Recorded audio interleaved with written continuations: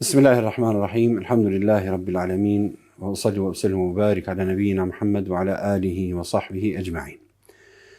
Dhe më pas, alhamdulillah, falenderojmë Allahun subhanahu wa taala, çojmë salavat për profetin ton Muhammedin sallallahu alaihi wasallam, familjen e tij, shokët e tij dhe gjithë ata që pasojnë me sinqeritet deri në ditën e gjykimit. Dhe më pas, alhamdulillah, të folurit rreth argumentave logjik që flasin rreth ekzistencës së Allahut subhanahu wa taala dhe të vërtetave të fesë, të besimit, është një temë që është shumë e rëndësishme dhe dobishme.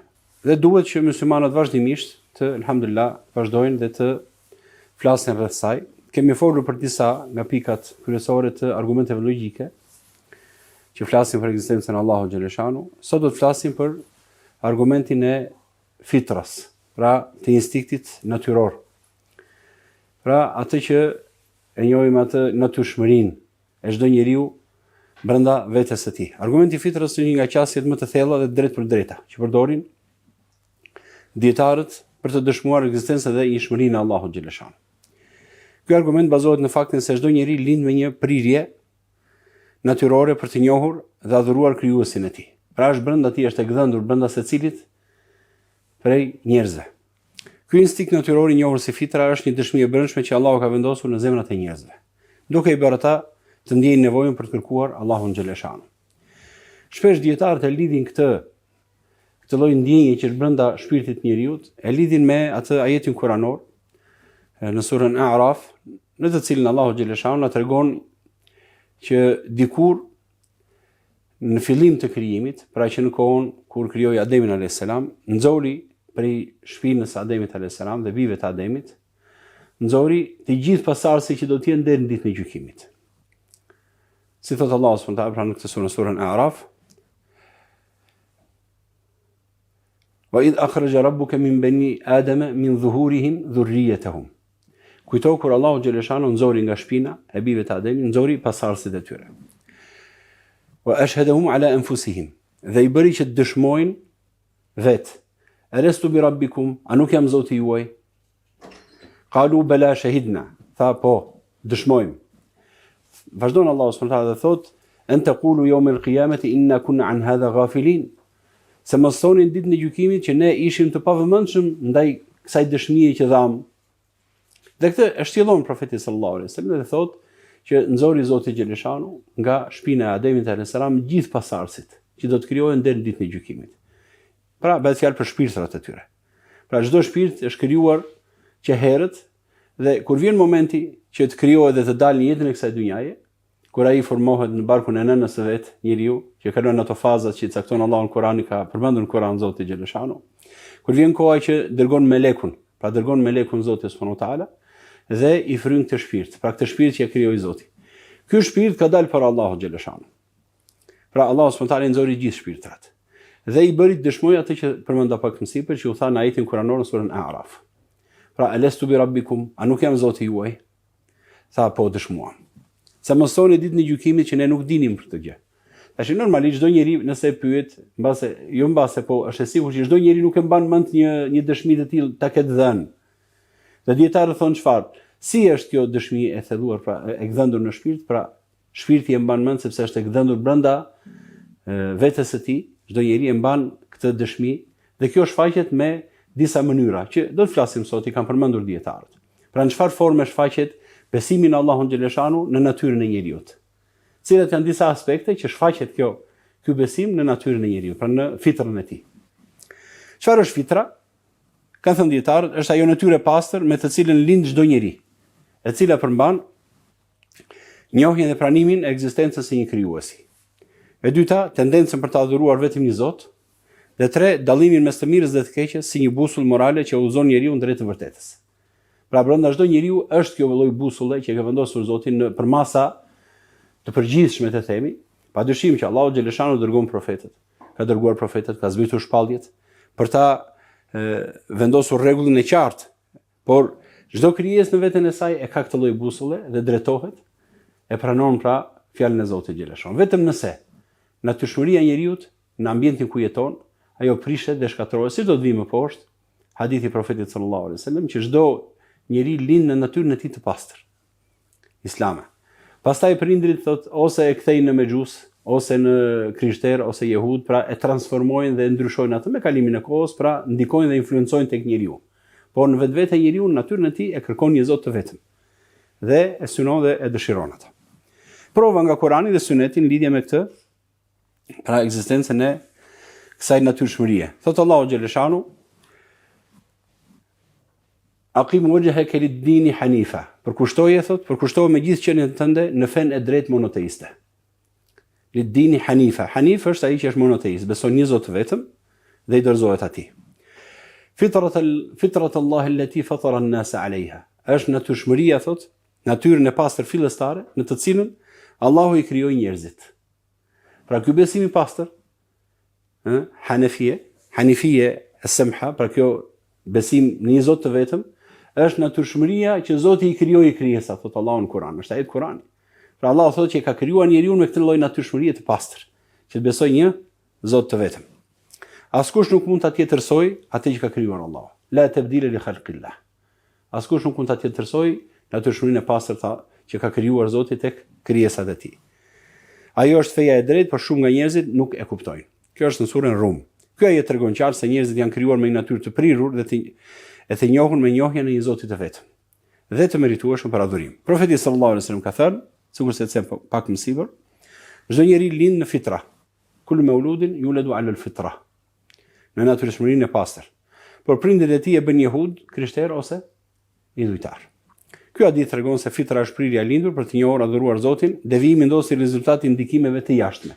Ndërsa në vetvete njeriu pra e ka këtë, dhe kjo në fakt është një diçka pozitive, që elhamdulillah çdo njeri e ka të mundur që ta zbulojë atë fitrën e tij që mbase është mbuluar nga njerëzit, nga natyra ose nga ambienti ku jeton. Mund ta pastrojë atë dhe të kthehet në natyrshmërinë e pastër inshallah.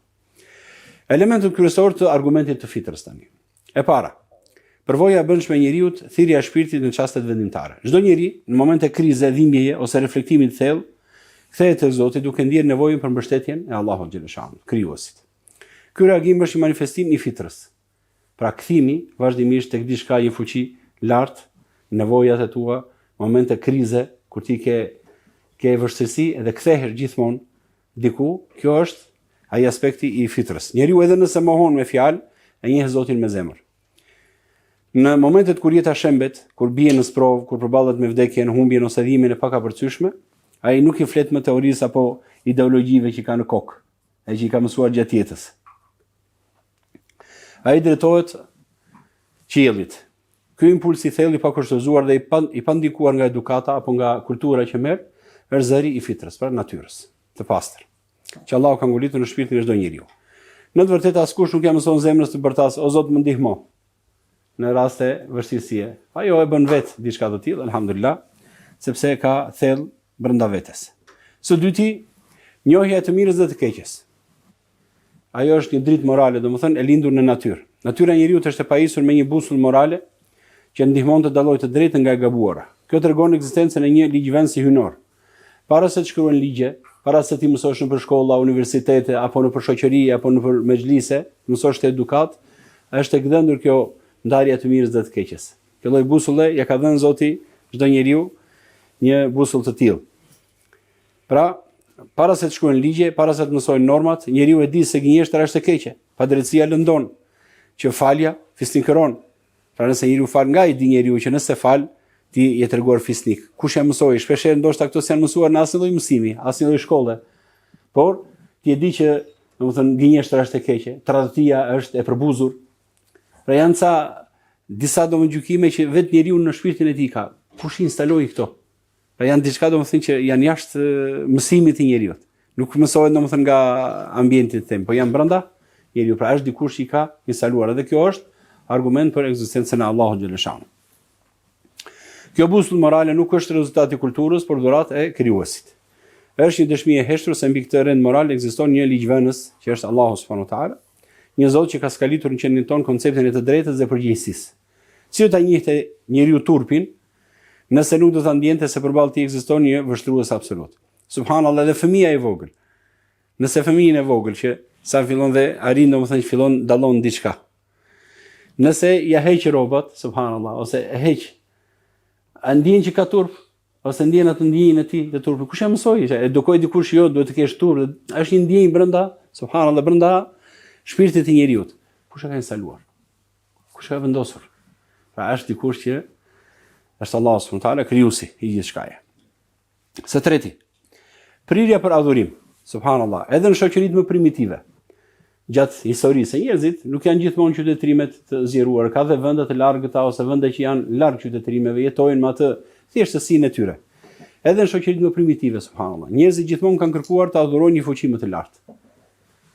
Ky fenomen universal tregon se adhurimi është një nevojë natyrshme e lindur tek njeriu. Pra, nevoja për adhurim, që ta lidh zemrën me diçka, ti përkushtohet asaj, ti përulet, ti lutet, të ndjej se ajo e ndihmon. Pra është diçka, domethënë një lloj ndjenje brenda shpirtit që lidhet me diçka. Nuk po flasim tani për saktësinë e feve që praktikojnë njerëzit, por ajo që është universale në çdo shoqëri.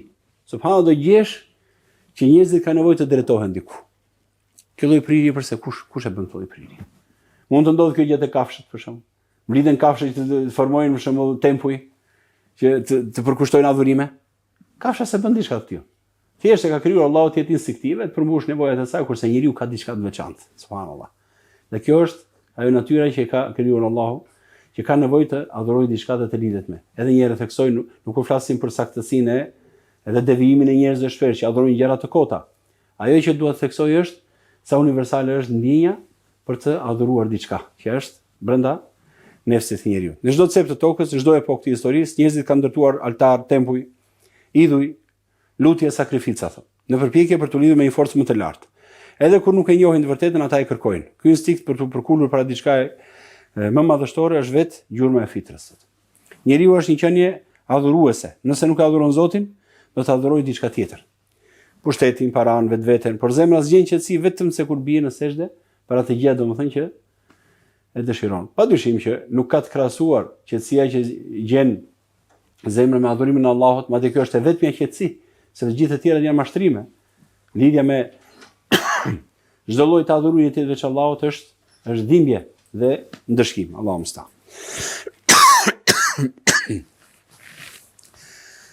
Si thot dikush, nga filozofët e vjetër e kam përmendur, mund të gjesh qytet që nuk ka, për shembull, stadium ose nuk ka, domethënë lloj institucione që mund të ekzistojnë në një shoqëri, por nuk gjen vend thot që nuk ka tempull adhurimi. Domethënë mund të gjesh që domethënë një vend që s'ka për shembull stadiume, nuk ka parlamente të zema ose nuk ka institucione të ndryshme, por vend që nuk ka tempull adhurimi nuk mund të gjesh. Kjo tregon se sa e përhapur ka qenë ndër njerëzimin, pra dëshira për të adhuruar. Njeriu pra është një krijesë që ka nevojë të adhurohet. Prandaj Allahu xhaleshanu e ka shtjelluar njerëzve që njeriu nuk gjen dot qetësi nëse nuk lidhet me Allahun subhanahu wa taala. Njeriu është një qenie që nëse nuk e gjen të adhuruarin, Allahun të vërtetin, pra Allahun subhanahu wa taala, të vetmin, atëherë nuk ka përgjitur prehje dhe kënaqësi. Së katërti, ndjenja e pamjaftueshmërisë.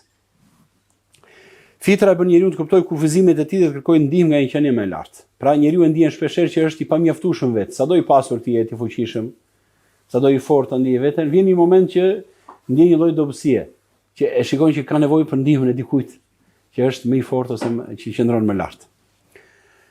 Fitra është ajo që i kujton njeriu edhe në kulmin e fuqisë së tij, se ai është i kufizuar, i përkohshëm dhe i varur. Ajo është tynë të kërkojë më shumë se sa vetja, të kapërcejë horizontin fizik dhe të përkulet para dikujt që nuk lodhet, nuk harrohet, nuk ka mungesë, nuk është i pamundur për të përmbushur ato nevojat e tua. Gjithmonë ti gjen qetësi dhe prehje kur i lutesh atij dhe i kërkon atij, se di që ai ka të gjitha në dorë. Pra kjo lloj prirje për të kërkuar të gjatë tek, domethënë, kjo diçka e lartë, themi, kjo është pra fitra që gjendet brenda njeriu. Dhe kjo s'mund të nuk është e imponuar ose nuk është e studiuar. Njeriu nuk është se ka studiuar në shkollë, që kur ke nevojë ose kur ndihesh keq duhet që të drejtohesh. Madje në periudha të caktuara bëhet e kundërta, që të mos e bëj njeriu diçka të tillë.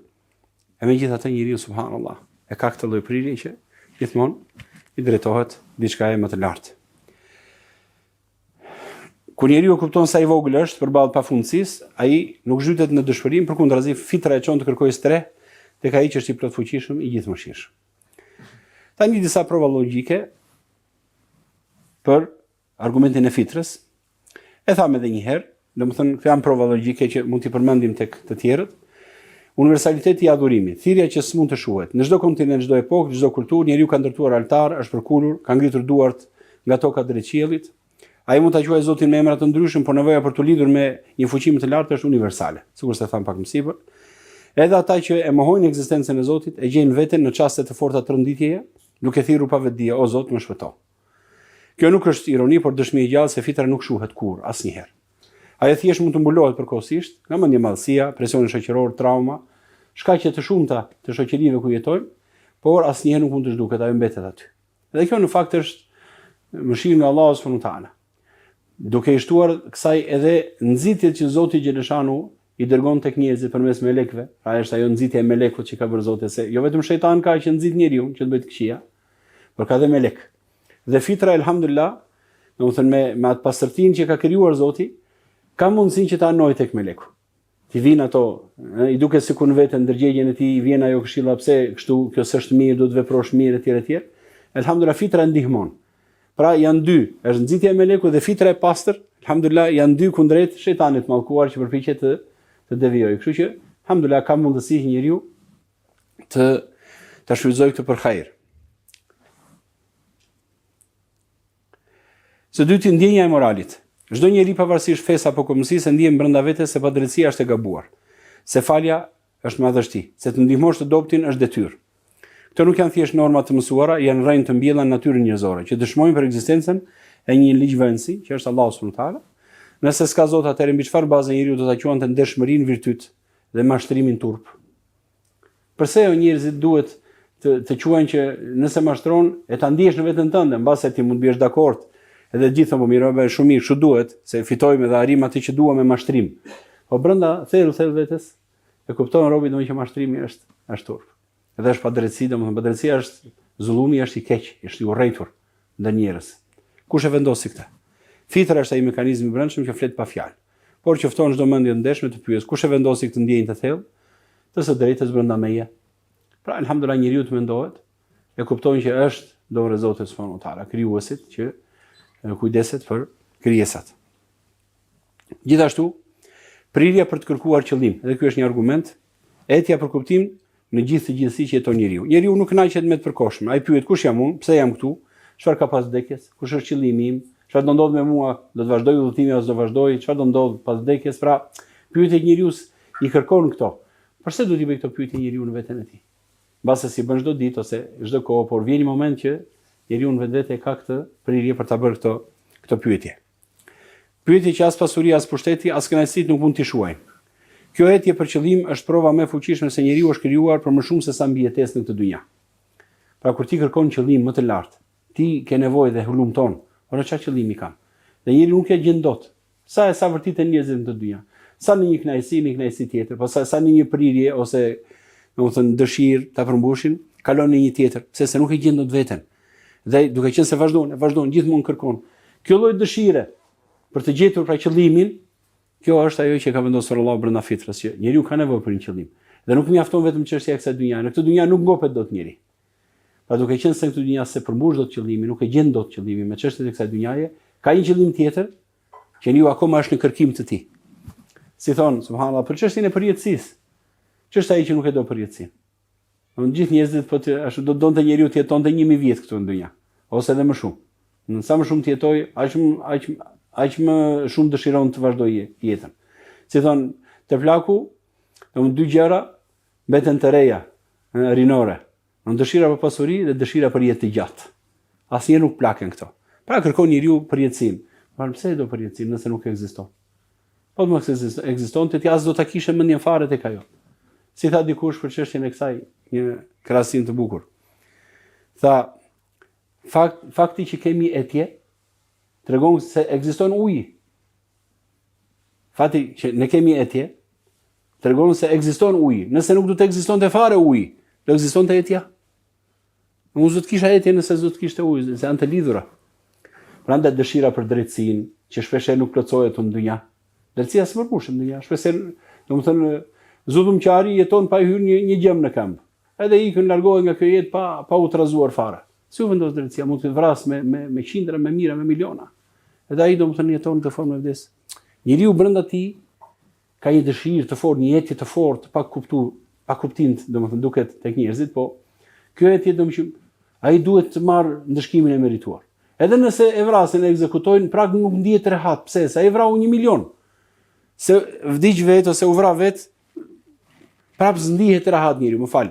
Kjo jetje që ke brenda vetes për drejtsinë e plot. A nuk tregon se ekziston kjo drejtësia e plot? Pa që do të jetë dita e gjykimit, pra është një Zot që i shikon e vendos drejtsinë e plot. Pra, ekzistenca e saj tregon është brenda fitrës kjo. Që elhamdulillah ekziston dhe do të vendoset në vend. Pra prirja për kërkuar qëllim, për kërkuar drejtsinë, është një argument për fitrën që po flasim. Kjo jetje për qëllim është prova më e fuqishme se njeriu është krijuar për më shumë se sa mbijetesë. Fitra është ajo që e shtyn shpirtin të kërkojë të vërtetën, ka përcej dukjen dhe ta gjejë rrugën drejt Allahut xhaleshanu, si krijues, si udhëfyes, si qëllimi përfundimtar i njeriu. Njeriu është udhëtar dhe çdo udhëtar ka një drejtim. Fitra e vërtet gjithmonë i tregon kompasin, rrugën e drejtë drejt Allahut xhaleshanu. Të paktën si natyrë. Padyshim nuk mund të veçohet fitra e ta gjejë të vërtetën të hollësishme pa shpalljet e Zotit. Dhe kjo dihet e nuk ka nevojë, domethënë që të harrohet. Domethënë shpalljet, profetët, hollësitë e udhëzimit të Zotit xhaleshanu vjen përmes pra shpalljeve që sjell ai.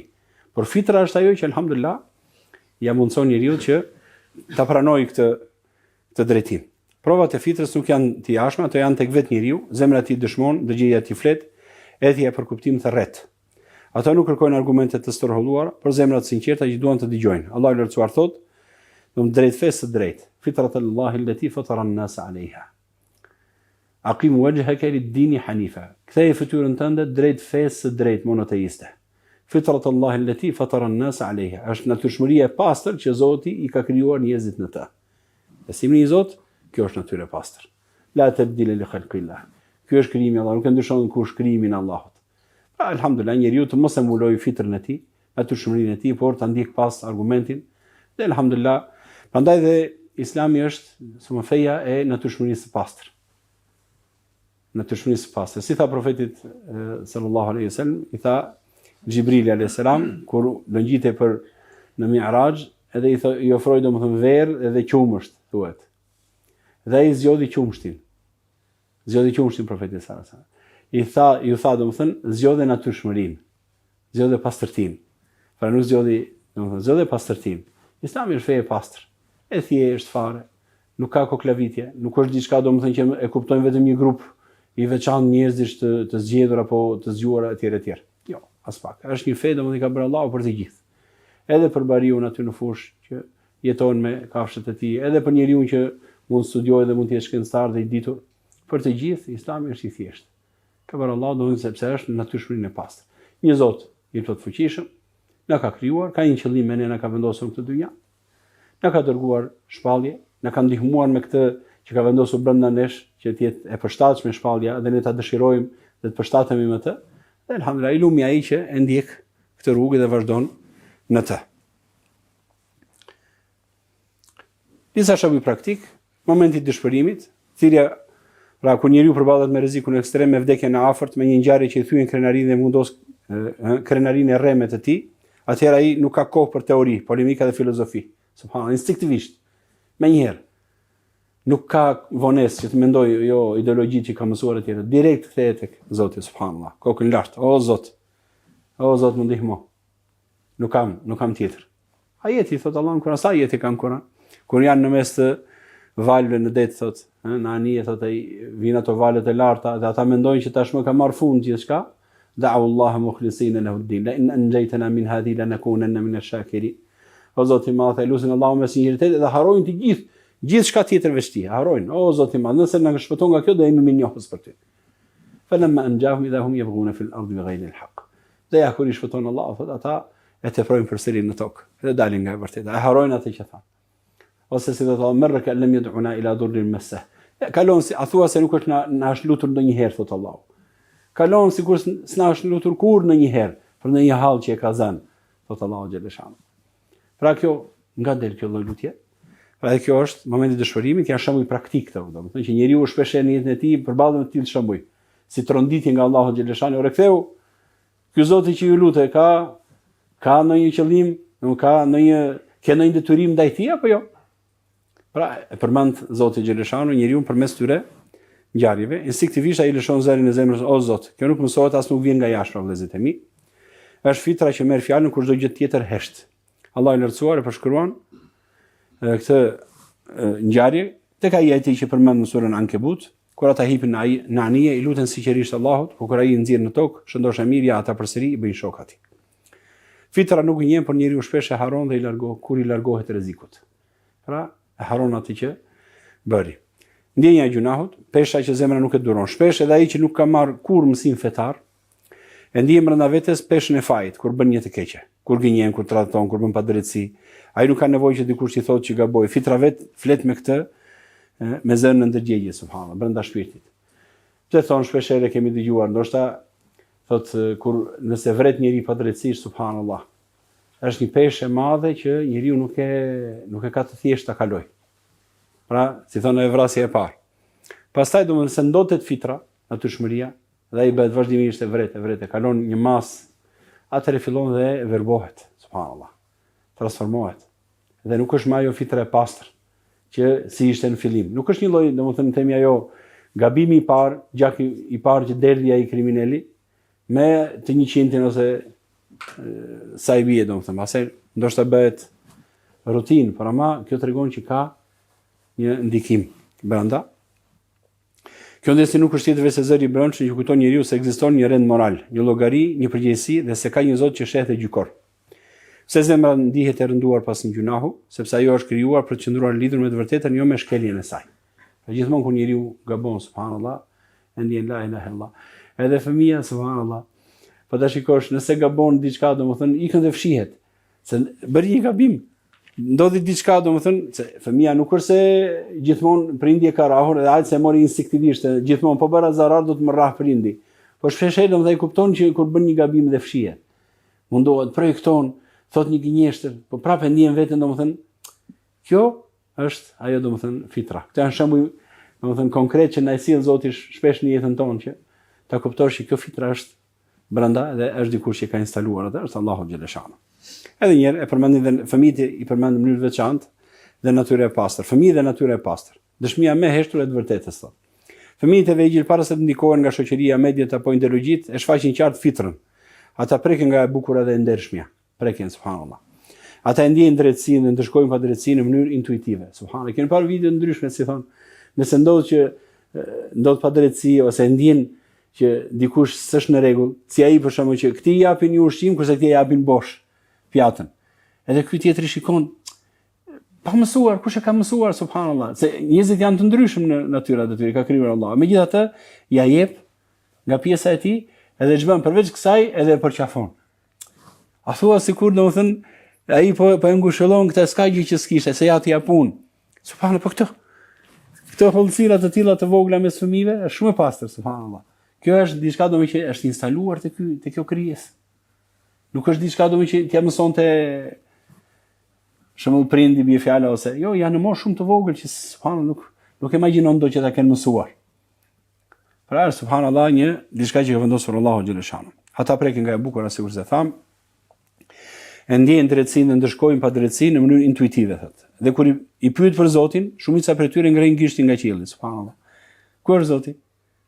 Kokën lart, gishtin e vogël. Subhanallahu. Ku është Zoti? Mbase tash do thuash edhe prindi ka thënë ku është Zoti është lart në qiell, po alhamdulillah shpesh ndodh edhe natyrshëm kjo gjë. Pra alhamdulillah njeriu ja ka vendosur Zoti xhaleshanu. Profeti ka thënë sallallahu alaihi wasallam, çdo fëmijë me fitrën e pastër, por prindërit e tij e bëjnë hebre, krishterë dhe zjarrputist. Buhariu Muslimi. Kjo do thotë se çdo shpirt lind me një dritë të brendshme që njeh Zotin derisa ta mbulojë ignoranca dhe ndikimi i gabuar. Fitra nuk ka nevojë të dëshmohet nga jashtë, ajo dëshmon vetvete në çastet më të vërteta të jetës. Kur njeriu bie, fitra ngrihet. Kur njeriu hesht, fitra flet. Ajo është udhëfyesi më i lashtë, më i saktë dhe më i afër për të gjetur Zotin. Dhe çfarë është besimi tjetër vetë se rikthimi vetëdish në atë që shpirti e ka ditur gjithmonë. Pra në fakt njeriu kur pranon Islamin vjen fjala, nuk është se bën ndonjë ndryshim drastik në veten e tij, thjesht kthehet në origjinën e tij. Kthehet në pastërtinë e tij. Alhamdulillah. Rëndësia e argumentit të fitrës në bazë, domethënë një bazë që ofshin gjithë njerëzimin, Pra argumenti i fitrës është nga ndër më të fuqishmit, sepse i flet çdo njeriu nga brenda vetes së tij. Nuk ka nevojë për njohuri të thella filozofike, as për tekste të mëdha, as për mësime të ndërlikuara. Mjafton që njeriu të jetë i sinqert me vetveten, fitra është dritë e vendosur nga Allahu xhaleshanu në natyrën njerëzore, e cila i kujton njeriu se ka një krijues, një qëllim dhe një fund që duhet ta kërkojë njeriu. Pikërisht për këtë arsye, ky argument është universal, thotë i kuptueshëm për çdo njeri, nga fshatari i thjeshtë deri mendimtari më i mprehtë. Kjo është portë për njohjen e Zotit, prandaj është shumë e rëndësishme argumenti i fitras, sepse është një portë e madhe që e njeh Zotin, madhështinë e tij, kujdesin e tij dhe për kujdesin që ka për ty. Në momentin që ti ke nevojë gjithmonë dhe kthehesh tek ai dhe e shikon rrugëzidhjen me mënyrat më të çuditshme, të vjen rrugëzidhje me forma domethënë që as i ke menduar ndonjëherë, as është kjo domethënë një lloj domethënë argument i fortë. Pra portë për njohje dhe pra është argument shumë i fortë fitra. Se njerëzit përballen, secili ka mundësi të tregojë historitë e tij. Të tregojë histori se çfarë më ndodhi mua. Pata një rast të tillë, ishte vdekje e sigurt, thonë njerëzit u përplasa, si dola i pa prekur, mrekullisht shpëtova. Ka njeriu, pse me patjetër do ta lidh këtë me diçka, domethënë që e ka fuqinë ta bëj. E lidh këtë padyshim sepse është pjesë e fitrës, subhanallahu. Pra është portë e madhe për njohjen e Zotit. Fitra është si një farë që Allahu e ka mbjellë në zemrën e çdo njeriu, ajo mund të mbulohet nga padituria, gjunahu dhe krenarit e tepruara dhe të padrejta, por ajo nuk shuhet kurrë. Në çastet e reflektimit, të dhimbjes apo vetmisë, fitra rizgjohet dhe thret. Kërko atë që të krijoj. Ky është hapi i parë pra drejt udhëzimit, njohja e mungesës së vetvetes dhe mangësisë që ke ti si njeri dhe kërkimi i Allahut xhaleshanu, që është i plot, i pa nevojë dhe ai për të ka nevojë të gjithë. Fitra e bën njeriu të etur për të ditur më shumë për Zotin, për shpalljen, për të vërtetën dhe hap zemër për të pranuar atë me sinqeritet. Gjithashtu, rëndësia e fitrës shfaqet në faktin që është dëshmi për drejtësinë e Allahut. Askush nuk mund të thotë nuk e dija, siç thamë në ajetin pak më sipër, që Allahu xhaleshanu drejtohet gjithë shpirtrave, të mos thoni ditën e gjykimit që nuk dija. Domethënë pasi i tha, a nuk jam Zoti juaj? Pra ka gdhendur brenda shpirtit. Ky është argumenti i fitrës tonë dietar, sipas atij ajeti thamë në surën A'raf në fillim. Pra nuk mund të thotë njëri nuk dija. Normalisht që Allahu xhaleshanu nuk ka për të ndeshkuar askënd pa i dërguar profet dhe shpallje. Se Allahu është i drejtë subhanahu teala. Dikush thotë unë s'e mbaj mend këtë dëshminë që kam dhënë kur isha shpirt. Edhe pse brenda vetes njeriu prap e di atë domethënë që është Zoti xhaleshanu. Megjithatë Allahu xhaleshanu nuk e la askënd që të ketë argument. Prandaj e ka dërguar profetet. Dhe ka shpallur shpalljet, që asnjëri të mos ketë argument ditën e gjykimit. Rusul e mubashirin e mundhirin, thotë Allahu xhaleshanu, dërguan profet që të jenë paralajmërues dhe përgëzues dhe paralajmërues, li alla yakuna lin-nasi 'ala Allahi hujjatun ba'da ar-rusul. Që përpara Zotit askush të mos ketë argument pas dërgimit të profetëve. Pra nuk e ka lënë Zoti xhaleshanu vetëm me fitrën ta lënë njeriu, edhe thotë që ditën e gjykimit ta marrë përgjegjësi. Pra nëse nuk i ka ardhur shpallje, nuk ka ardhur profet, nuk e ndeshkon Allahu xhaleshanu njeriu prap. Megjithatë, ky njeri prap do të vijë në provë sipas mendimit më të saktë. Pra ai që në dynja s'ka pasur argument, i paditur dhe vdiq në atë formë, nuk e ndeshkon Allahu ta fusë në zjarr. Çfarë do ndodh me këta njerëz? Ditën e gjykimit do t'i sprovojë Zoti. Pra atëherë do dalë në pa prap ajo fitra. Dhe atë që do zgjedh njeriu me zgjedhjen e tij, Allahu musta'an ajo do të jetë në përfundimin e tij. Çdo njeri sipas zgjedhjes që do të bëjë. Pra dhe kjo tregon pra për drejtsinë e Allahut. Allahu ka dhënë çdo njeriu mundësinë për ta njohur atë, madje që para se të dëgjojë ndonjë profet apo të lexojë ndonjë libër. Fitra është dëshmia e brendshme që bën njeriu përgjegjës për zgjedhjet e tij. Ai që ndalon dhe reflekton mbi vetveten, zemrën dhe botën përreth, nuk mund të mos ndjejë praninë e krijuesit, Zotit xhaleshanu. Prandaj askush nuk mund të thotë s'dia se ekzistonte Zoti, sepse Allahu ka vendosur në brendsinë e njeriu një lidhje drejt për drejt me veten e tij subhanahu wa taala. Për mbyllje pra, sa që tham, argumenti i fitrës është një nga prova më të fuqishme dhe më gjithëpërfshirëse për ekzistencën dhe njëshmërinë e Allahut xhaleshanu. Ai nuk vjen nga jashtë, por ngrihet nga vetë struktura e shpirtit njerëzor. Çdo njeri lind me prirje natyrore për të kërkuar dhe adhuruar Zotin xhaleshanu, dhe kjo prirje është thirrja e përhershme që Allahu ka vendosur në zemrën e krijesave të tij. Fitra është ndërgjegje, etje, dritë, mall, dhe ajo nuk e gjen qetësinë vetëse në sejdë, në dorëzimin tek Zoti xhaleshanu. Siç tha Allahu subhanahu wa taala, kthehu drejt fesë së drejtë në përputhje me natyrën, fitrën, me të cilën Allahu ka krijuar njerëzit. Ktheu në fenë drejt. Kjo është në përputhje me natyrën. Natyra i larg fesë në një Zot të vetëm, në besimin në Zot të vetëm, është larg natyrës së saj. Ka çekuilibër. Ktheu në fenë drejt, natyrën që Zoti i krijoi njerëzit. Kjo është ekuilibri. Ndryshe njeriu s'ka përgjetur ekuilibrin në dynja. Dhe kjo e bën që njeriu gjithmonë të kërkojë pastaj, derisa të kthehet ai që domethënë ka mend dhe ka zemër për të kthyer. Kjo ishte argumenti i fitrës. Radhës tjetër, besoj do të jetë edhe kjo është e lidhur edhe kjo me fitrën, por ka disa detaje të tjera. Argumenti i ndjenjës morale dhe drejtësisë, që tham, prania e moralit, ndërgjegjes, dëshira për drejtësi, ka disa udhësira më shumë, domethënë që i përmend autori në këtë punim, elus Allahu subhanahu wa taala, ne pastroj natyrën tonë, të mos e lejë atë të përlyhet, të zbuloj atë dhe ta bëj që ajo ta pranojë të vërtetën dhe të jemi të vazhdueshëm në rrugën e tij. سبحانك اللهم وبحمدك اشهد ان لا اله الا انت استغفرك واتوب اليك وصلى الله وسلم وبارك على نبينا محمد